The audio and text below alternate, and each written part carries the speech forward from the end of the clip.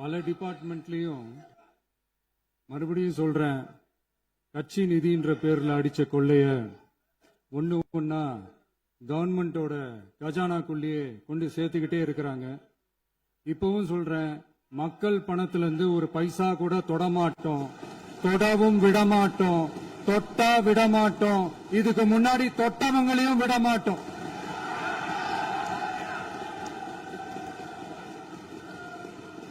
ஒவ்வொரு ஊழலா வெளியில வரும் போலே, ஒவ்வொரு வேஷமா கலைஞ்சிரும் போல இங்க இருக்கிற நிறைய பேரு நடுங்கி போய் இதுல நம்ம மேல அவதூறு வேற. இப்ப புதுசா ஒரு வெப்பன் ஒண்ணு கொண்டு வந்திருக்காங்க. அது என்ன தெரியுமா? அவங்க தயவால தான் நம்ம ஆட்சி நடக்குதாம். மக்கள் தயவால இந்த ஆட்சி நடந்துகிட்டு இருக்கு. மனசாட்சி உள்ள சக்திகளோட ஆதரவால இந்த ஆட்சி நடந்துகிட்டு இருக்கு. நாங்க தான் அனுப்பி வச்சோம் அப்படின்றாங்களே. அனுப்பி வச்சவங்களுக்கு மினிஸ்ட்ரியில இடம் கொடுத்தா ஏன் கதறீங்க? ஏன் இவ்வளவு கோவம்? ஏன் இவ்வளவு கதறல்ஸ்? இதுல இன்னொரு முக்கியமான விஷயம், மார்க்சிஸ்ட் கம்யூனிஸ்ட் கட்சி நமக்கு ஆதரவு கொடுத்தது சுயேட்சையா எடுத்த முடிவுன்னு சொல்றாங்க. அதே மாதிரி இந்திய கம்யூனிஸ்ட் கட்சி நமக்கு ஆதரவு கொடுத்தது சுயேட்சையா எடுத்த முடிவுன்னு சொல்றாங்க. இதுல எங்க இருந்து நாங்க தான் அனுப்பி வச்சோம்னா புரியல. மக்களுக்கு நல்லா புரியும், எல்லாத்தையும் தெளிவா பார்த்துக்கிட்டு இருக்கிறாங்க.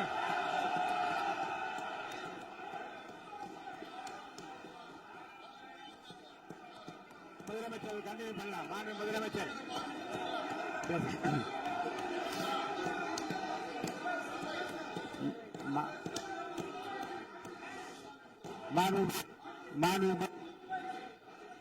முதலமைச்சர் அவர்களை கண்டினியூ பண்ணலாம். நீ கண்டினியூ பண்ணலாம்.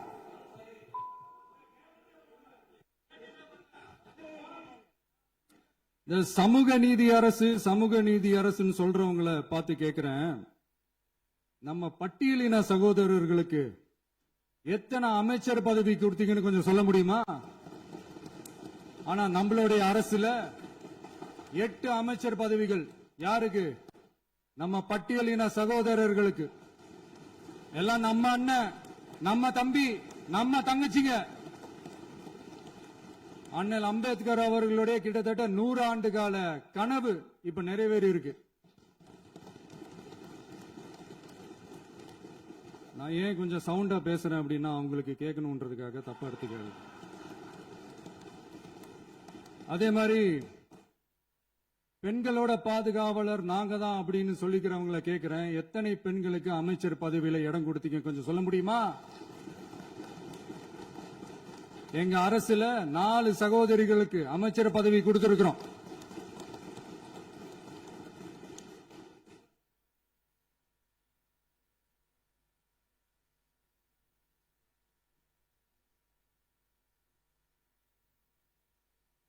அதனால மக்களால் நிராகரிக்கப்பட்டு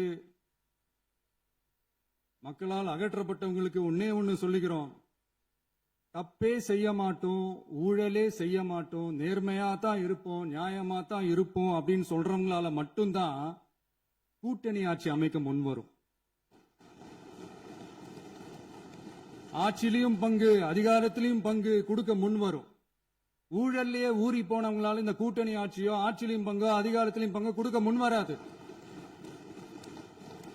மெஜாரிட்டி இருந்தாலும் தரமாட்டாங்க, மெஜாரிட்டி இல்லனாலும் தரமாட்டாங்க. கேட்டா ரெடிமேடா ஒரு பதில் ஒண்ணு வச்சிருப்பாங்க, கூட்டணி ஆட்சியை மக்கள் விரும்ப மாட்டாங்கன்னு. அதே மக்கள் தான் இப்ப அவங்கள பார்த்து சிரிக்கிறாங்க. நான் பதவி ஏத்த அன்னைக்கு கொஞ்சம் டைம் அவகாசம் கேட்டேன். எதுக்கு கேட்டேன்? நிதி நிலைமை எல்லாம் கொஞ்சம் மோசமா இருக்குது, அதெல்லாம் கொஞ்சம் சரி செஞ்சுக்கிட்டு படிப்படியா கொஞ்சம் கொஞ்சமா நான் கொடுத்த வாக்குறுதிகள்லாம் செயல்படுத்துவேன், அதுக்காக கொஞ்சம் டைம் அவகாசம் கேட்டேன். நான் ஏதோ வேற எதுக்காகவோ வேற யாருக்காகவோ ஏதோ அவகாசம் கேட்ட மாதிரி. அடுத்து இங்க சபையில இல்லாதவங்களை பத்தி பேச வேண்டாம்னு நினைக்கிறேன்.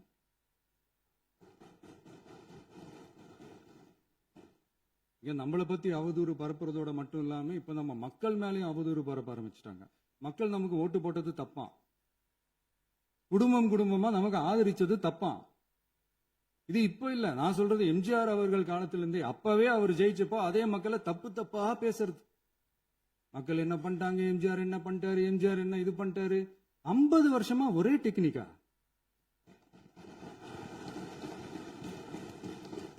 டெக்னாலஜி எல்லாம் மாறி வேற எங்கேயோ போயிட்டு இருக்கு பஸ். இதுல கொஞ்சம் டெக்னிக்காச்சும் கொஞ்சம் மாத்தினா கொஞ்சம் நல்லா இருக்கும். அதனால மக்களுக்கு யூஸ்ஃபுல்லா இருக்கிற மாதிரி இந்த ஆக்கப்பூர்வமான கருத்துக்களோ ஆக்கப்பூர்வமான யோசனைகளோ இருந்தா சொல்லுங்க.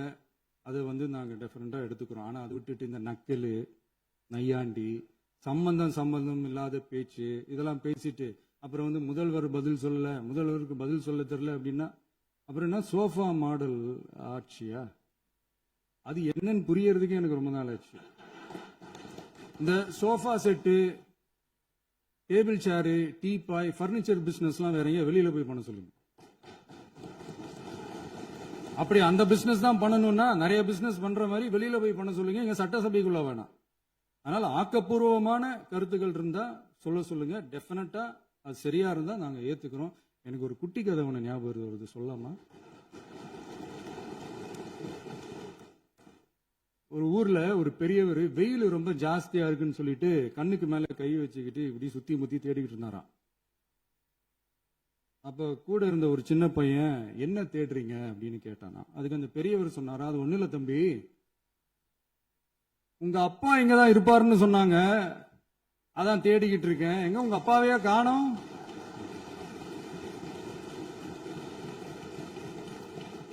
இல்ல எங்களுக்கும் நக்கலா நையாண்டியா சம்பந்தம் இல்லாத குட்டி கதை இதெல்லாம் எங்களுக்கும் பேச தெரியும். அந்த கதையில பெரியவர் அப்படி சொன்னாராம், தப்பா எடுத்துக்காதீங்க. அந்த கதையில பெரியவர் அப்படி கேட்டாராம். அதனால யாரும் இங்க டென்ஷன் ஆக வேணாம். அதனால இன்னொரு இந்த என்னுடைய உரையை முடிக்கிறதுக்கு முன்னாடி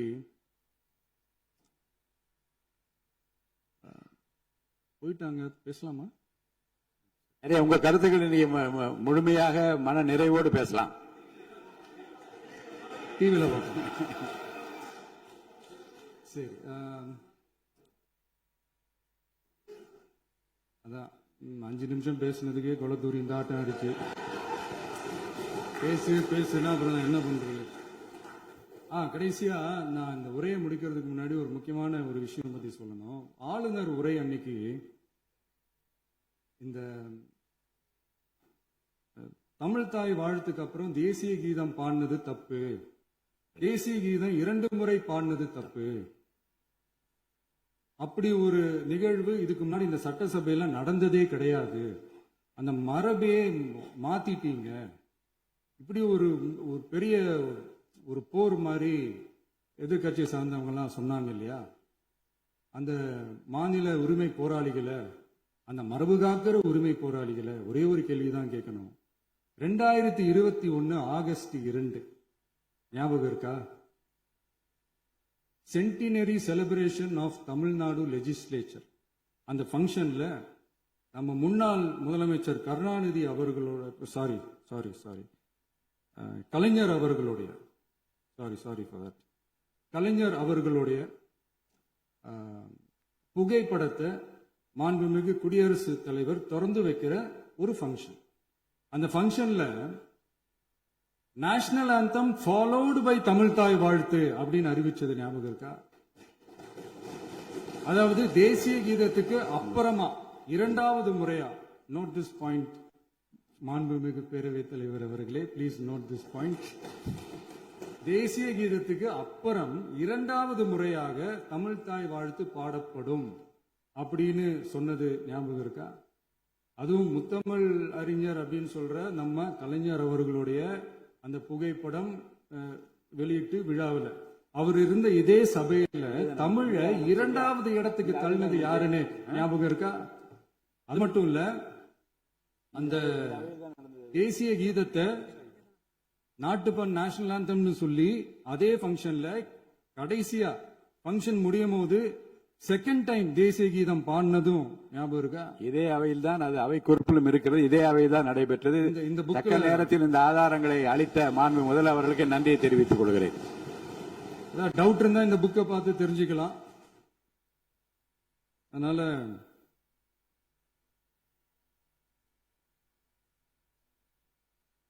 இதெல்லாம் கேட்டா என்ன சொல்லுவாங்கன்னா, அது ஜனாதிபதி கலந்துகிட்ட ஃபங்க்ஷன், அதெல்லாம் அப்படிதான், அதெல்லாம் கண்டுக்க கூடாது அப்படின்னு சொல்லுவாங்க. இதே மாதிரிதான் பேசுறது ஒண்ணு, செய்யறது ஒண்ணு, செய்யறது ஒண்ணு, பேசுறது ஒண்ணு. இதெல்லாம் மக்கள் பார்த்துக்கிட்டு இருக்காங்க. எலெக்ஷனுக்கு முன்னாடி தான் அப்படி செஞ்சுக்கிட்டு இருந்தாங்க. இப்ப எலெக்ஷனுக்கு அப்புறம் அதை தான் செய்யறாங்க. இந்த விஜயையும் சாமானியர்களின் உண்மையான சமூக நீதி அரசையும் அவமானப்படுத்துறதுக்கு தான் அவங்களோட அந்த பொலிட்டிக்கல் சீனியாரிட்டி அது பயன்படுத்துது போல. சரி, செய்யட்டும் செய்யட்டும், நல்லா செய்யட்டும். இப்போ ஆனாலும் நம்மளுடைய மாநில உரிமை, மொழி உரிமை, உத்தமபுத்திரர் போல வேஷம் போடுற எதிர்கட்சிக்கு ஒன்றை மட்டும் ஆணித்தரமாக சொல்றோம். உங்களை மாதிரி தமிழ்னு சொல்லிக்கிட்டு, மொழி, பண்பாடு, கலாச்சாரம்னு சொல்லிக்கிட்டு ரெட்டை வேஷம் போடுறவங்க நாங்க கிடையாது. உலகெங்கும் வாழும் என் தமிழ் சொந்தங்களுக்கு நம்முடைய உத்தரவாதம் தமிழ் தான் எங்க உயிர் நாடி அப்படின்றத மறக்க மாட்டோம். இப்பவும் சொல்றோம், மாநில உரிமையில எப்பவும் உறுதியா இருப்போம். அதே சமயத்துல அரசியல் வேற, ஒன்றிய மாநில அரசுகளுக்கு இடையே இருக்கிற நிர்வாக அணுகுமுறை வேற. இதுல நாங்க ரொம்ப தெளிவா இருக்கிறோம். அதனால எங்களுக்கு பாடம் எடுக்கிறதா நினைச்சுக்கிட்டு உங்க வேஷத்தை நீங்களே கொஞ்சம் கொஞ்சமா கலைச்சுக்கிட்டே வர்றீங்க, மறந்துடாதீங்க. அப்புறம் நேத்து எதிர்கட்சி தலைவர், மாண்புமிகு எதிர்கட்சி தலைவர் பேசும்போது நிறைய பேசினாங்க. அதுல ஒண்ணு மட்டும் அரசு சொல்றதா நினைச்சுக்கிட்டு நம்மளை இன்டைரக்டா ஈவில் அப்படின்ற அந்த வார்த்தையை யூஸ் பண்ணாங்க. எனக்கு ஒன்னே ஒண்ணுதான் சொல்லணும்னு தோணுது. ஈவில்ஸ்னு டெவில்ஸ் பேசக்கூடாது.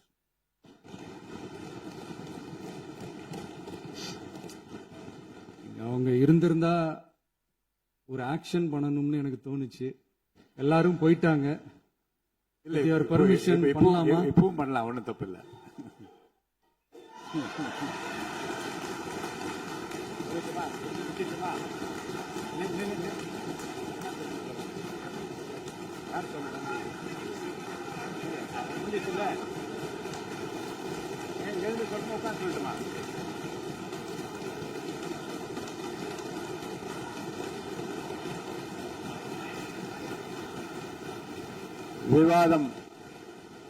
விவாதம் முடிவுற்றது. மாண்புமிகு உறுப்பினர்கள் முன்மொழிந்த திருத்தங்கள் வலியுறுத்தப்படுகின்றனவா என்று அறிய விரும்புகிறேன். மாண்புமிகு உறுப்பினர்கள் முன்மொழிந்த திருத்தங்கள் அனைத்தும் பேரவையின் அனுமதியில் திரும்ப பெறப்படுகின்றன. 2026 ஆண்டு ஜூன் திங்கள் 18ஆம் நாளன்று சட்டமன்ற பேரவைக்கு மாண்புமிகு ஆளுநர் அவர்கள் ஓந்தளித்த பெருரைக்கு தமிழ்நாடு சட்டமன்ற பேரவை உறுப்பினர்கள் பெரிதும் நன்றி உடையவர்களாவர் என்று மாண்புமிகு பேரவை துணைத் தலைவர் திரு மு ரவிசங்கர் அவர்களால் 19/6/2026 நாளன்று முன்மொழியப்பட்ட தீர்மானம் பேரவையின் முடிவுக்கு விடப்படுகிறது.